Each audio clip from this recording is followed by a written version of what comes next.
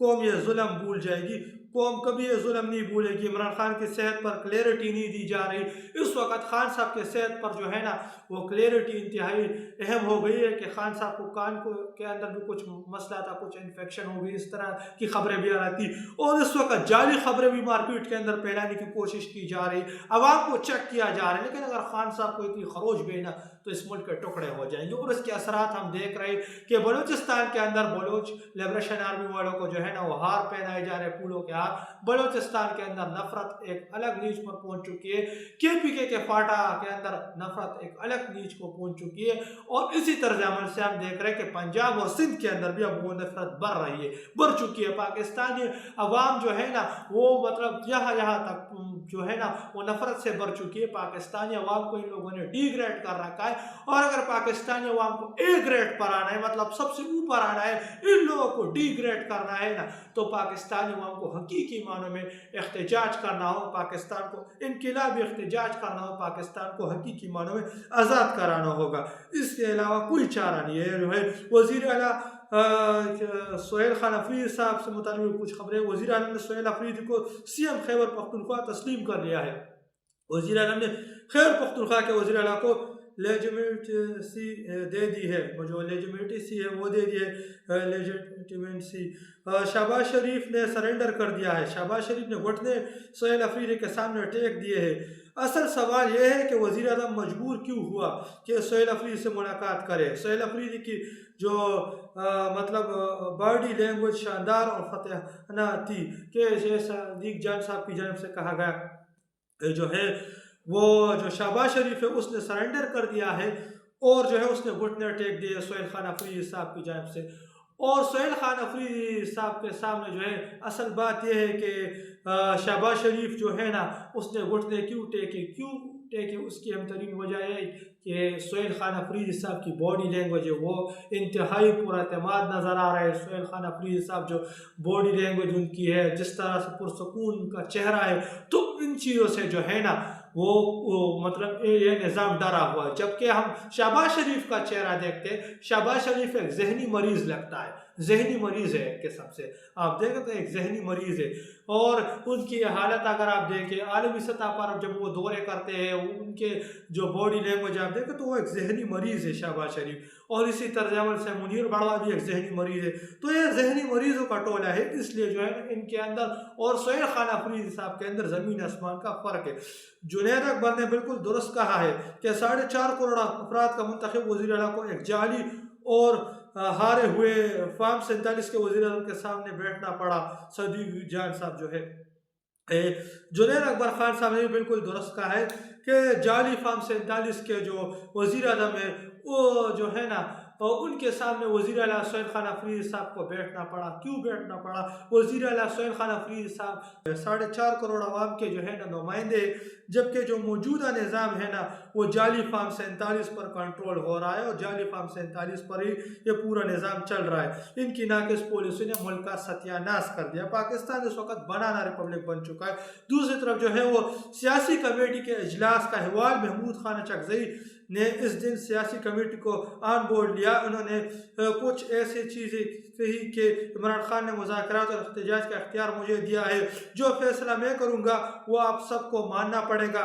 ہمارا احتجاج 8 فروری کو ہوگا، پوری قوم احتجاج میں شامل ہو۔ شاہد خٹک صاحب نے جو ہے وہ محمود خان چکزئی صاحب کی بات کی ہے کہ انہوں نے کہا کہ تمام تر اختیارات خان صاحب نے مجھے دیے، اور اب میں بہترین طریقے سے ان تمام تر چیزوں کو دیکھ رہا ہوں، اور 8 فروری کا جو احتجاج ہے نا، 8 فروری کو احتجاج ہو تو یہ انتہائی ترین احتجاج ہے۔ اس دن پورے پاکستان کو حقیقی معنوں میں نکلنا ہوگا، اور پاکستان کو حقیقی معنوں میں آزاد کرانا اور ایک انقلابی احتجاج کرنا ہوگا۔ 8 فروری انتہائی ترین دن بن چکا ہے۔ اس کے علاوہ پاکستانیوں کے پاس کوئی چارہ نہیں ہے، انقلابی احتجاج کے علاوہ کوئی چارہ نہیں ہے۔ پاکستانی عوام ایسے ہی مر رہی ویسے ہی مرے گی، تو ایسے مرنے سے ویسے مرنا بہتر، مطلب انقلاب میں کچھ مر جائے گی کچھ بچ جائے گی، ان کی آنے والی نسلیں محفوظ ہو جائے گی۔ اس وقت کوئی محفوظ نہیں ہے، جعلی آپریشنوں کے نظر پورا پاکستان، خصوصاً فاٹا کے جو پرانے علاقے ہیں وہ جعلی آپریشنوں کے نظر ہو چکے۔ کیوں ہو چکے؟ کیونکہ بادشاہ ننگا ہو چکا ہے۔ تمام تر معاملات جو ہے نا وہ معدنیات کے، اور معدنیات کو حاصل کرنے کے لیے جعلی آپریشن ہو رہے، اور اس کے نتیجے جو معصوم عوام شہید ہو رہے ہیں. تو یہ تو کچھ اپڈیٹ جو کہ میں نے آپ کے ساتھ شیئر کرتا چلوں. ملتے ہیں آپ کے ساتھ اگلے ویڈیو میں, تب تک کے لیے اپنے کو اجازت دیجیے. اللہ حافظ.